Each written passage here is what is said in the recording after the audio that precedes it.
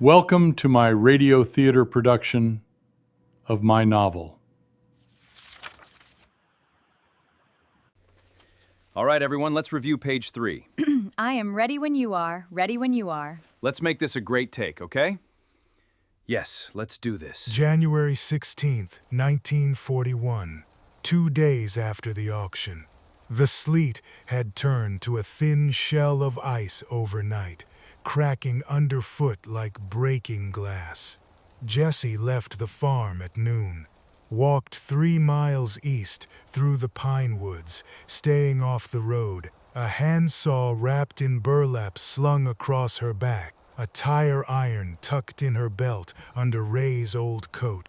She'd scouted this stretch twice already. She knew the sight lines. She knew where the ground dropped away on the south side. She knew exactly where a car would have to stop if the road were blocked. She'd picked the tree 2 days back, a 40-foot pine, leaning slight toward the road. Papa had taught her how to drop a tree when she was 12. Never let a tree surprise you, Jess. You tell it where to go. You control the fall. She wedged a flat rock into the cut to steer it. The pine came down exactly where she wanted, across both ruts of the old logging road. She trimmed the branches on the uphill side, so whoever came to move it would have their back to the laurel thicket. She rubbed mud over the fresh stump to hide the pale wood. To a casual glance, in failing light, it would look like windfall, bad luck. An old tree coming down in the ice. This was Devil's Backbone, an old logging road along a limestone ridge 3 miles east of town.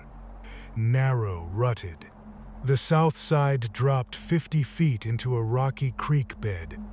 Locals avoided it in bad weather, but Sheriff Briscoe ran it every Tuesday afternoon, coming back from his weekly collection at the county line. Protection money, tribute from the bootleggers, his own private tax on illegal liquor. Jesse had watched his schedule for 3 months, tracked him the way Papa used to track an old, mossy-horned buck in the autumn rut. She crouched in the laurel, soaked through, her fingers going white and stiff around the tire iron. She didn't feel the cold anymore. She felt a terrible, crystalline clarity, the kind of focus that comes when everything else has burned away. I'll finish what I start. She waited. Blood on the Dogwood. Episode 5, The Reckoning. Created by Martin Francom. Featuring Jesse Stubbins. With Sheriff Bull Briscoe and Judge Thaddeus Amos. A content warning before we begin. The following program contains depictions of premeditated violence and death. This content may be disturbing to some listeners. Discretion is advised. 4:15 p.m. She heard it before she saw it, a heavy V8, running rough. The sound of it hit something old in her. The same engine she'd heard, coming up the driveway the night Ray was arrested. Briscoe's cruiser. He was driving too fast for the road, like a man who knew nothing on it could touch him. The cruiser fishtails, the rear end sliding toward the drop before the tires catch. It stops 10 feet short of the fallen pine. Goddamn timber, goddamn ice, goddamn county roads. He doesn't bother with a hat. Leaves the engine running, the door hanging open. Bends to the tree, gripping a branch with both hands, straining. His back to the laurel thicket. Briscoe spins, hand dropping to his holster. Who's there? Step out where I can see you. Jesse steps into the headlight beams. Jesse, what in God's name are you doing out here? Your car break down. You picked a hell of a place for a stroll. Get in the cruiser 'fore ya freeze. I gotta move this tree, then I'll run you back to town. Jesse doesn't move, stands 20 feet off, the tire iron hanging loose at her side, hidden in the folds of Ray's coat. I said, get in the car. Don't just stand there like a damn scarecrow. Look down, Sheriff. Something in her voice, flat, dead, without a trace of fear, makes the hair stand up on the back of his neck. What? Look at the mud, right by your boot. He looks down. There, in the glare of his own headlights, perfectly preserved in the churned red clay, a single, small, narrow boot print. A rectangular patch of tin hammered over a hole in the sole. The memory hits him like a fist. A hot July porch, Ray babbling, "I just got here." And a footprint, just like this one, that he'd ground under his own heel, until there was nothing left but a smear. You, Me, it was always me. His shock curdles into fury. you little bitch. Don't move. Jessie doesn't wait for the snap to give.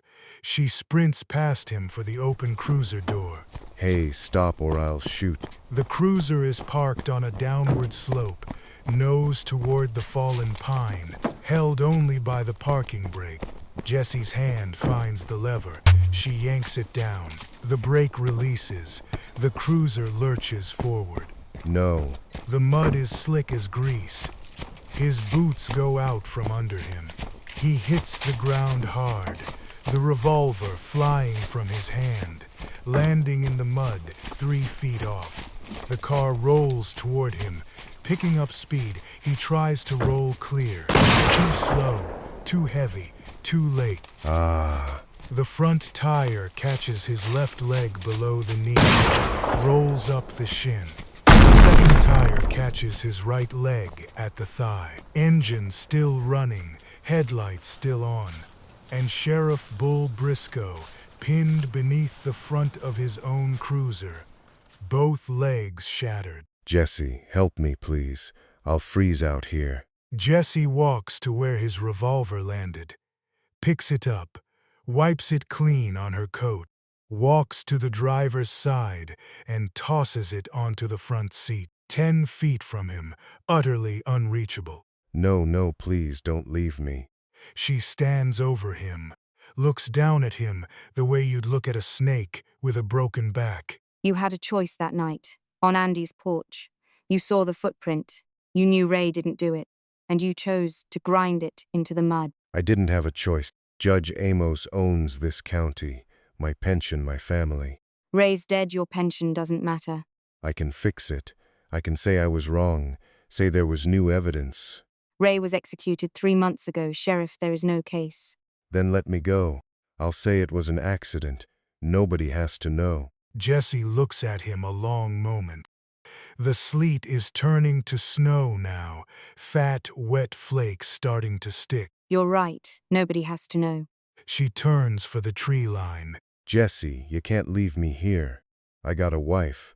I got grandkids. I'm sorry about Ray. Jesse. She retrieves the handsaw from the laurel. Doesn't look back. She wondered how long he'd scream before the cold took his lungs. An hour. Maybe 2. She hoped it was longer. By morning, Sheriff Bull Briscoe was frozen solid. A deputy found him at dawn, the cruiser's battery long dead, the gas tank run dry sometime around midnight. His hand was outstretched toward the car door, fingers clawed, like he'd been trying to crawl. The county called it a tragic accident. Drunk on his collection run. Bad break. Bad luck in bad weather. The case closed within the week. The snow had covered the footprints by dawn. Nobody but Jessie ever knew they'd been there at all. One down. For 2 weeks after Briscoe's death, Judge Thaddeus Amos told himself nothing was wrong. February 6th, he came home to find a single spent rifle cartridge standing upright on his porch rail, like a tiny sentinel, a .30-30 shell. He knew that caliber. He'd seen the rifle it came from in an evidence room the summer before. A Winchester Model 1894, with initials carved near the butt plate, JRS. He threw the shell into the azalea bushes and told himself it was nothing. Kids, February 10th. His back door stood open an inch, though he always locked it. Driven 2 inches into the wood was a hunting knife with a bone handle. Pinned beneath it, a page torn from a seed catalog. Dogwood trees, Cornice, Florida.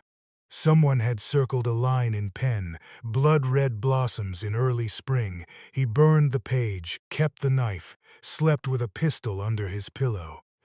February 12th, his housekeeper, Mrs. Jackson, found muddy boot prints on the marble of his own locked foyerway, small, narrow prints that came in the front door, crossed the floor, climbed the grand staircase halfway up, and turned around and left the way they'd come. Nothing stolen, nothing disturbed. Somebody had simply walked into his house while he slept, climbed halfway to his bedroom, and changed their mind. He called the new sheriff. Sounds like kids, Judge. We've had some reports of mischief round town. Breaking into my home is not mischief, Sheriff. Nothing was taken, though, ya said. Best thing ya can do is get better locks, maybe a dog. Amos hung up without saying goodbye. He didn't need better locks. He knew exactly who was doing this. The Stubbins girl. The one who'd stood at the auction in her dead brother's coat, staring at him with eyes like stones at the bottom of a well. He told himself he'd done nothing wrong. Ray Stubbins had been guilty enough. Seth had died, doing exactly what Amos always feared he'd die doing. The land had simply been good business. Nothing personal. He was a judge, a man of law and property. The girl was nothing, no education, no prospects, no power. She would break, they always did. February 13th, 1941, the night before the eviction. The storm hit at sunset, not ice this time, but a violent, driving thunderstorm, unnatural for a Georgia February. The kind of storm that felt like the sky had been holding a grudge and finally decided to collect. Judge Amos sits alone in his second-floor study, a fire fighting the draft. A crystal snifter of brandy at his elbow, his third glass, or his fourth. On the desk beside his hand, a loaded Colt .45. He'd sent Mrs. Jackson home at 3 to beat the storm. She'd been grateful, almost too grateful. Barely looked at him when she said goodnight. You have a good evening, Judge. He liked the house empty, made him feel like the last king of a private country. Tonight it felt like a fortress under siege. He chambers around, sets the gun back on the desk, closer to his hand. At 8:47 p.m., glass breaks somewhere downstairs. Amos freezes. The snifter, halfway to his lips, sets it down, picks up the .45, thumbs off the safety, picks up a butcher knife in his other hand. Who's there? I'm armed. This is private property. Silence, just wind and rain against the roof. Show yourself. The footsteps stop. Then the lights go out. Not just the study, the whole house. Every lamp, every sconce, the chandelier in the foyer below. All of it gone at once. Jessie had found the fuse box in the cellar an hour before. Thrown the main breaker herself. 3,000 square feet of Victorian grandeur, plunged into night. Who the hell are you? You like the dark, Judge? The voice moves closer on the stairs now. You took the light from Ray, sat in the front row at Reedsville, and watched them throw the switch. Did you enjoy it? Ray Stubbins is dead. He was guilty. The jury said so. Debts don't die, Judge. The sheriff learned that a month ago on the Devil's Backbone. He screamed a long time before the cold took him. Did you hear about that? Amos's blood turns to ice.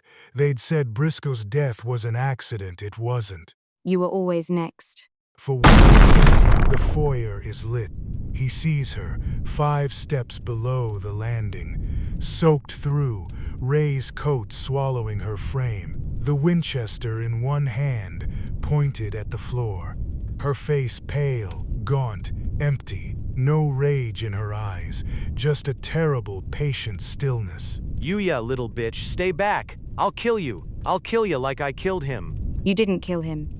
You just signed the paper. Bought the farm for $500. Sat and watched. She takes another step up. He hears it. Wet boots on old oak. He panics. He fires. The shot goes wild, burying itself in the plaster overhead.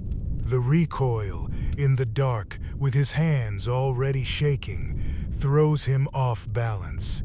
He staggers, flailing, the pistol in one hand and the knife in the other, and forgets where he's standing. His heel finds nothing but air. His shoulder shatters on the 3rd step. His skull cracks against the railing. On the 5th step, the knife still gripped in his own hand, drives up into his side, opening his liver. His hip slams the 7th step. His head bounces off the 10th. He lands at the bottom, in a twisted heap on the marble, legs folded under him at angles no body should make, his neck bent past what a spine allows. He tries to move, nothing answers. Tries to scream, only a wet gurgle comes out. He can't feel his legs, can't feel his arms, paralyzed, neck broken, liver torn open but alive, conscious, able to see her come down the stairs. She steps over his legs, leans the Winchester against the newel post, looks down at him. Bliss. You're thirsty, Judge. All that screaming, all that brandy must be parched. She turns and walks toward the kitchen. She comes back with a brown bottle, Pabst Blue Ribbon, cold, sweating in her hand. She sits down on the 2nd step, a few feet from where his head lies twisted on the marble, takes a church key from her coat pocket. The kind you buy for a nickel at the mercantile. She takes a long drink. That knife opened your liver up, good Judge. You really ought to take care of that. She rests her elbows on her knees, bottle dangling from her fingers, and watches him breathe, each one a wet, rattling gasp. You're wondering how long. Broken neck, internal bleeding, external bleeding. It's a race. Drown in your own blood or bleed out. My money's on drowning. 20 minutes, maybe 30. It'll feel longer. Pain does that. He makes a sound, a desperate gurgling plea. She ignores it. Ray liked beer. Couldn't afford the store-bought kind. Most of the time we drank Papa's Shine, but on special occasions he'd buy himself a cold one from town. Make it last. Last one he had was the 4th of July, before he left for Candletop. Sat on the porch watching the fireflies, drinking it slow. Offered me a sip. I said no. I wish I'd said yes. Lightning flashes. Thunder rolls. The house shaking to its foundation. His chest hitches. He's choking now, drowning, his face going purple. Bless. You gave me 30 days to get off Papa's land. Very specific. February 14th. Valentine's Day. I didn't need that many. She sits and drinks the rest of the beer slowly. Watches the terror in his eyes fade to confusion, then to nothing. Watches his chest hitch once, twice, and stop. Judge Thaddeus Amos was dead. Jessie waited another full minute, just to be sure. Then she stood, her knees stiff. She finished the last of the beer, set the empty bottle on the marble beside his outstretched hand, next to the cap.